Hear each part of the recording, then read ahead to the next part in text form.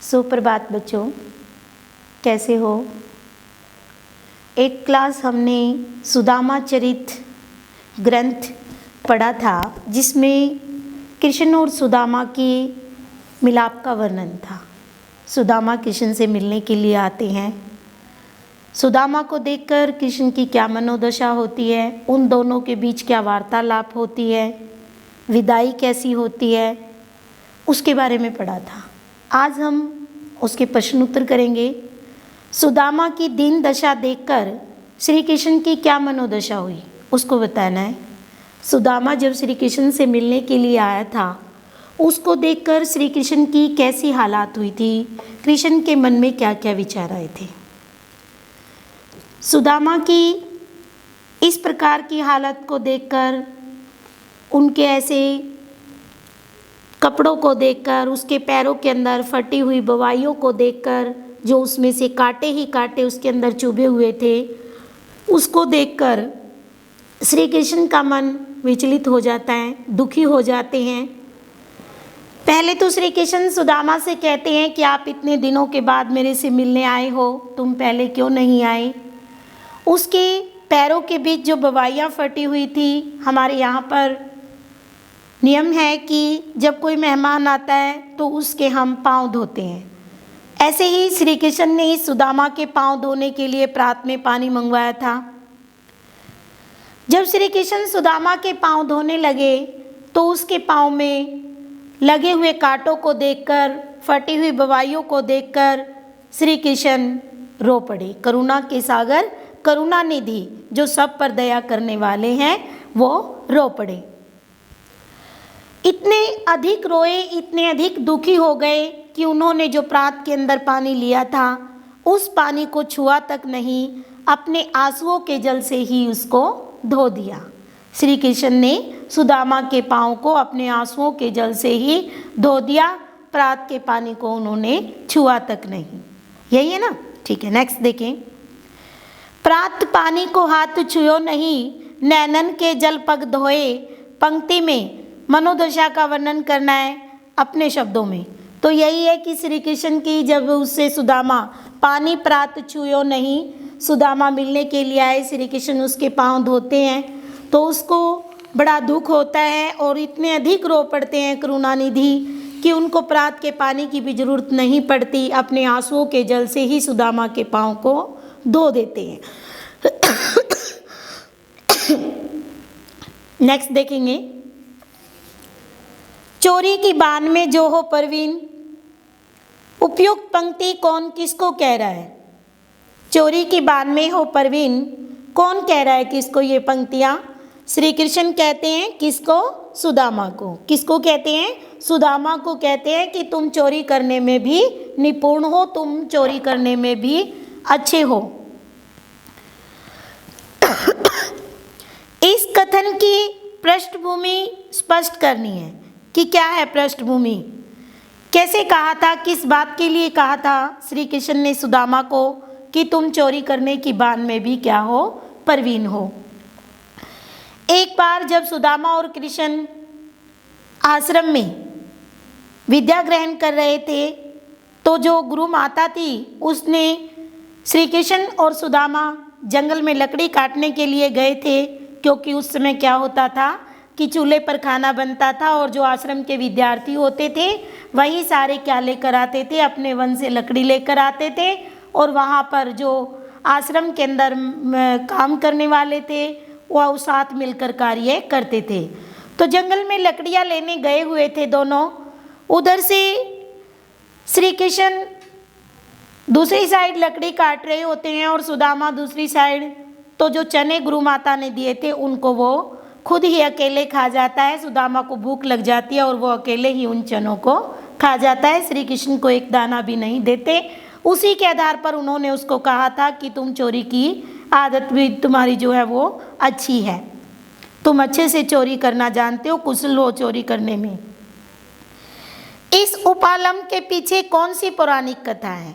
उपालम क्या होता है, उपालम शिकायत। उपालम क्या होता है, शिकायत कि जो बचपन में गुरु माता ने श्री कृष्ण और सुदामा दोनों को चने दिए थे और सुदामा उनको अकेले खा जाता है, कृष्ण को एक दाना भी नहीं देता है चने का, तो श्री कृष्ण उसको उलाहना देते हैं कि तुमने जब हम जंगल में लकड़ियां काटने के लिए गए थे तब भी चने अकेले खा लिए थे। ये उपालम, ये उलाहना श्री कृष्ण किसको देते हैं? सुदामा को देते हैं।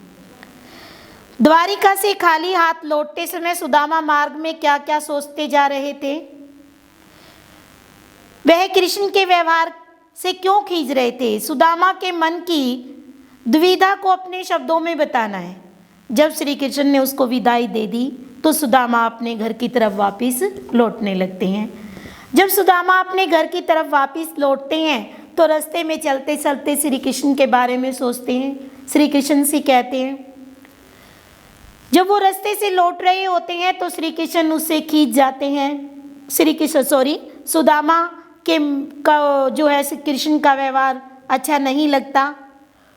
वो तरह तरह के विचार श्री कृष्ण के मन में, श्री कृष्ण के प्रति अपने मन में लेकर आते हैं कि कहाँ श्री कृष्ण आए थे, बड़े दौड़कर मेरे से मिलने के लिए आए, इतनी आवा भक्त की मेरी इतना आदर सत्कार मुझे दिया, इतने अच्छे से सब कुछ किया, लेकिन विदाई के वक्त क्या दिया उन्होंने? कुछ भी मुझे नहीं दिया।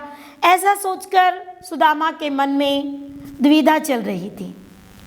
जब सुदामा के मन में इस प्रकार के विचार चल रहे थे तो वो चलते चलते वहाँ से पहुँच जाते हैं। सोचते हैं कि कृष्ण देना क्या जानता है, क्या जाने कृष्ण देना।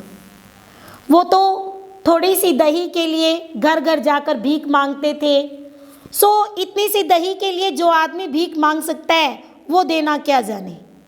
भले ही उसके पास राजपाट है, सब कुछ है, इतनी सी दही के लिए जो दूसरों के घर घर जाकर वो मांगता था तो वो देना क्या जाने, वो क्या देगा? क्या कि सुदामा की पत्नी ने उसको ये कहकर भेजा था कि श्री कृष्ण के पास चले जाओ, आपकी दरिद्रता दूर हो जाएगी। सब कुछ श्री कृष्ण ने किया, लेकिन सुदामा को जाते वक्त हाथ में धन नहीं दिया। वो तो करुणानिधि है, सब पर दया करने वाले थे। उन्होंने तभी कह दिया था कि जैसा मैं हूँ ऐसे तुम होंगे और सब कुछ अच्छा होगा। जब श्री कृष्ण और सुदामा मिले थे तो तब उसने पूछा था कि सुदामा कैसे हो? उसने कहा था कि सब कुछ ठीक है, सब कुछ अच्छा है। तो श्री कृष्ण ने तभी उसको ये बोल दिया था कि सब कुछ अच्छा है तो सब कुछ अच्छा ही रहेगा, तभी बोल दिया था। लेकिन सुदामा भगवान की बात नहीं समझ पाए और वो जाते जाते रास्ते में तरह तरह के विचार अपने मन में लाने लगते हैं कृष्ण के प्रति। लेकिन क्या है कि करुणानिधि ने तो उसके लिए सब कुछ अच्छा ही किया था और सब कुछ अच्छा हुआ भी हुआ था। लेकिन सुदामा के मन में ये द्विधा चल रही थी। क्यों?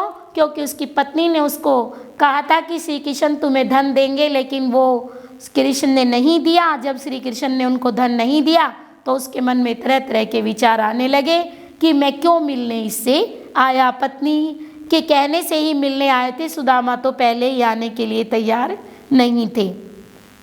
और फिर सुदामा को श्री कृष्ण ने खाली हाथ लौटा दिया। तो इस प्रकार से कृष्ण के प्रति सुदामा को झुंझलाहट होती है, ईर्ष्या नहीं होती है, दुखी नहीं होते हैं, थोड़ी सी झुंझलाहट आ जाती है। कभी कभी हम भी ऐसा सोच लेते हैं कि हमारा मित्र है, इसके पास ये चीज़ है तो ये हमें दे क्यों नहीं देता, इसके पास है ना, ये हमें दे दे तो मेरा भी काम चल जाए। तो ऐसी ही थोड़ी सी झुंझलाहट सुदामा के मन में आई थी।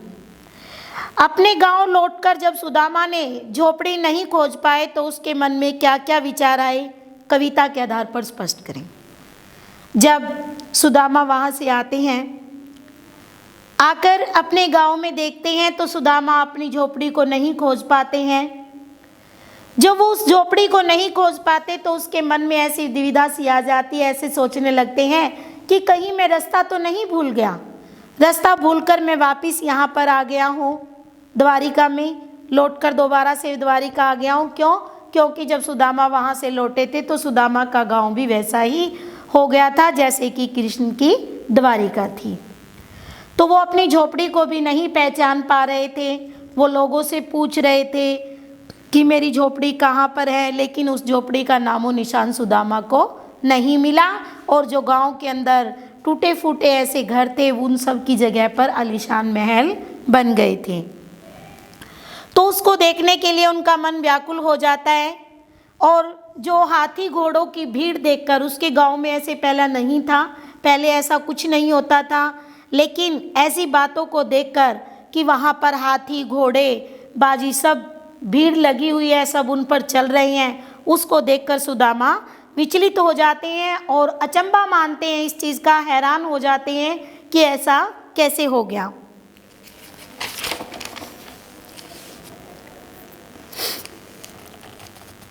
आगे देखेंगे। आप अनुमान लगाइए कि कोई आपका जो मित्र है आपसे बहुत वर्षों के बाद मिलने आए, तो आप उसके साथ कैसा व्यवहार करेंगे? एक बार इस पर सोच कर देखें। कैसा सोचेंगे कि कोई मित्र आपसे बहुत दिनों के बाद मिलने के लिए आया है तो क्या होगा? जैसे ही हमें इस समाचार को हम सुनेंगे कि आपका मित्र आपसे मिलने के लिए आ रहा है, हम बड़े उतावले हो जाएंगे, बड़े खुश हो जाएंगे, खुश होकर उस कार्य को करना चाहेंगे। नेक्स्ट है, कही रही मन संगति सगे, बने बहुत बहु रीति, विपत्ति कसोटी जय कसे, तैसे सींचे मीत। रहीम जी का दोहा है। मित्रता के बारे में कहा गया है। जैसे कि कृष्ण और सुदामा की मित्रता जग प्रसिद्ध है, सभी उसको जानते हैं, अच्छे से समझते हैं, ऐसी ही हमारी भी जो मित्रता है कृष्ण सुदामा जैसी ही होनी चाहिए। हमें किसी को जब मित्र बनाना है तो उसे सोचकर ही बनाना चाहिए। रहीम जी ने कहा है, रहीम जी का दोहा है, कही रही मन संगति सगे, बनत बहुत बहु रीति, विपत्ति कसोटी जय कसे, तय साचे मीत। इसके बारे में कहा है कि सुदामा की समानता करना एकदम उपयुक्त है कि कहाँ सुदामा और कहाँ कृष्ण, उन दोनों के बीच मित्रता कैसी थी वो व्यवहार पर निर्भर करती है। हमें भी इस बात को ध्यान में रखना चाहिए कि कैसा हमारा व्यवहार होना चाहिए। हमारे पास ऐसा होना या ना होना दोनों एक जैसे हो, हम तभी मित्र बनाएं, ऐसा हमें कभी नहीं करना चाहिए। हमें अपने मित्र को परख लेना चाहिए कि ये कैसा मित्र है, किस समय हमारे काम आ सकता है, किस समय नहीं आ सकता। तो रहीम जी कहते हैं विपत्ति के समय ही, जब हमारे पास बहुत अधिक धन होता है तो सभी हमारे मित्र बनते हैं। बहुत मित्र रीति, हमारे बहुत से मित्र बन जाते हैं। लेकिन विपत्ति कसोटी जय कसे, विपत्ति कसोटी, अगर स्थिति विपरीत है, कुछ गलत हो रहा है, मुसीबत के समय में केवल कृष्ण जैसे मित्र ही काम आते हैं। आगे देखेंगे। पानी परात को हाथ छुयो नहीं, नैनन के जल सो पग धोए।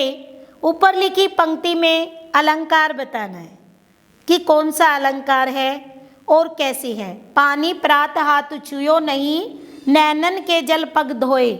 क्या इस पंक्ति में कृष्ण के आंसुओं का वर्णन किया है और जो कृष्ण रोए हैं और सुदामा के जो पांव धोए हैं उसका वर्णन बड़ा बढ़ा चढ़ाकर किया गया है।